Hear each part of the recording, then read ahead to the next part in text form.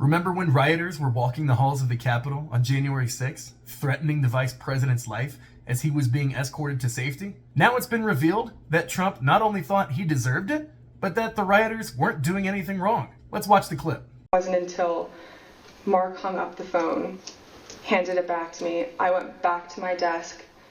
A couple minutes later, him and Pat came back, possibly Eric Hirschman too. I'm pretty sure Eric Hirschman was there. But I'm confident it was Pat that was there. I remember Pat saying something to the effect of, Mark, we need to do something more. They're literally calling for the vice president to be effing hung. And Mark had responded something to the effect of, you heard him, Pat. He thinks Mike deserves it. He doesn't think they're doing anything wrong. To which Pat said something, this is effing crazy.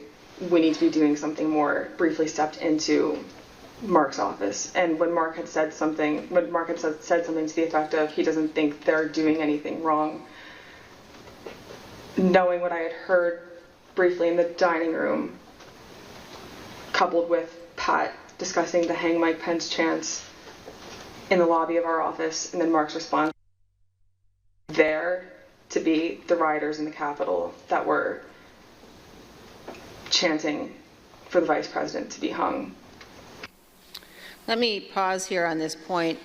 As rioters chanted hang Mike Pence, the President of the United States, Donald Trump, said that, quote, Mike deserves it, and that those rioters were not doing anything wrong. This is a sentiment that he has expressed. Because it's common sense, John. It's common sense that you're supposed to protect. How can you, if you know a vote is fraudulent, right? Yeah. How can you pass on a fraudulent vote to Congress? Among the footage of the January 6 attacks, the chants of hang Mike Pence were among the most disturbing, especially when considering that he was still in the building when that was happening. For the President of the United States to actively cheer the lynching of the Vice President in order to overturn a lawful election, I know the word unprecedented gets thrown around a lot, but when you're talking about this administration, you really can't use it enough. The rioters came prepared.